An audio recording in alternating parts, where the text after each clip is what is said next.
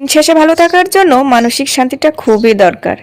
আর বিয়ের পর এই মানসিক শান্তিটা একটা মেয়ে মানুষ তার হাজবেন্ডের কাছ থেকেই পেয়ে থাকে। নমস্কার, কেমন আছেন সবাই? আশা করি সবাই খুব ভালো আছে। সেমির কারণে ছেলের জামা কাপড়গুলো পরিষ্কার করা হচ্ছে না। কয়েকদিন যাবত একটা একটা পরাচ্ছি, আবার রেখে দিচ্ছি। তার সাথে তার বাবার কিছু জামা কাপড় জমা হয়েছিল, তাই ভাবলাম যে আজকে জামা কাপড়গুলো পরিষ্কার করে দেবো। কিন্তু সকালে উঠে দেখি রোদ্দুর নাই, আবহাওয়াটা কেমন যেন। তা ভাবলাম যে রোদ্দুর থাকুক বা না থাকুক, আজকে আমি জামা কাপড়গুলো পরিষ্কার করেই দেব। জামা কাপড়গুলো পরিষ্কার করে ধুয়ে নিয়ে সোজা চলে গেছিলাম ছাদে। শুধু জামা কাপড় নিয়ে যাইনি, সাথে করে পুচু সোনার বাবাকেও নিয়ে গেছিলাম।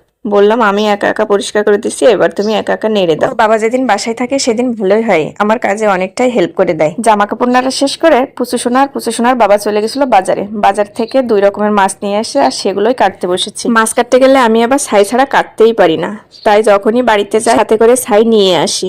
এই মাছ কাটতে বসেও ছেলের কত রকমের বাহানা, মা কোন মাছটা তাজা কোন মাছটা মরা আমাকে দেখাও। তার সাথে সাথে ও একটু মাছগুলো নিয়ে নাড়াচাড়া করতেছিল।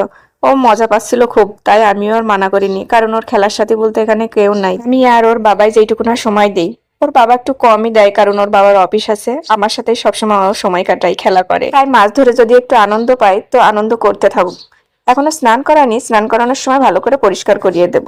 আমি এখন যে মাছটা কাটতেছি এই মাছটার নাম হচ্ছে মৃগেল মাছ। এই মাছের কাঁটাগুলো প্রচুর শক্ত হয়, আর এই কারণে এই মাছটা কাটতে গেলে একটু কষ্টই হয়। আর আমি প্রথম যে মাছটা কেটে নিছি, আমাদের গ্রামের ভাষায় ওই মাছটাকে বলে খয়রা মাছ। আর কোথায় কি বলে সেটা আমার জানা নেই। আর কার কার গ্রামের ভাষায় এই মাছটাকে কি বলে অবশ্যই জানাবেন। আজকে সকাল থেকে আমার কাজের চাপটা একটু বেশিই ছিল।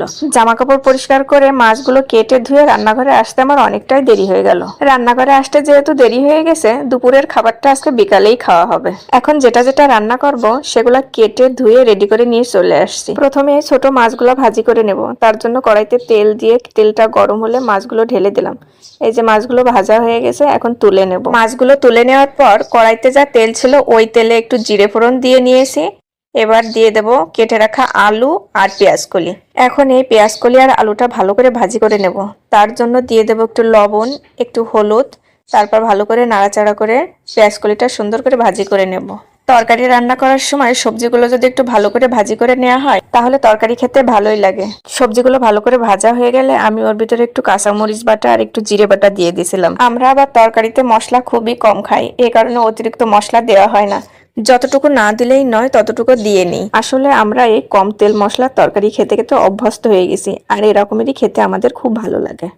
এই যে আমার তরকারিটা রান্না করা শেষ, এখন আমি তরকারিটা ঢেলে নিলাম। একটা কথা বলতে তো ভুলেই গেছি, আমি কিন্তু এই ছোট মাছ দিয়ে তরকারিটা রান্না করেছি। এবার সিম আর আলুটা ভাজি করে নেব। তার জন্য আমি কড়াইতে তেল দিয়ে একটু সরিষা ফোড়ন আর হলুদ, লবণ আর একটু কাঁচামরিচ দিয়ে সিমটা ভালো করে ভাজি করে নিয়ে চলে আসলাম ছেলেকে খাওয়ার দিকে। প্রায় প্রতিটা দিনই ছেলের খাবারটা সুন্দর করে সাজিয়ে দিই, আজকে সাজিয়ে দিইনি তাই বলতেছে। মা তুমি আমার প্লেটটা সাজাই দাওনি কেন? আমি খুব মন খারাপ করেছি।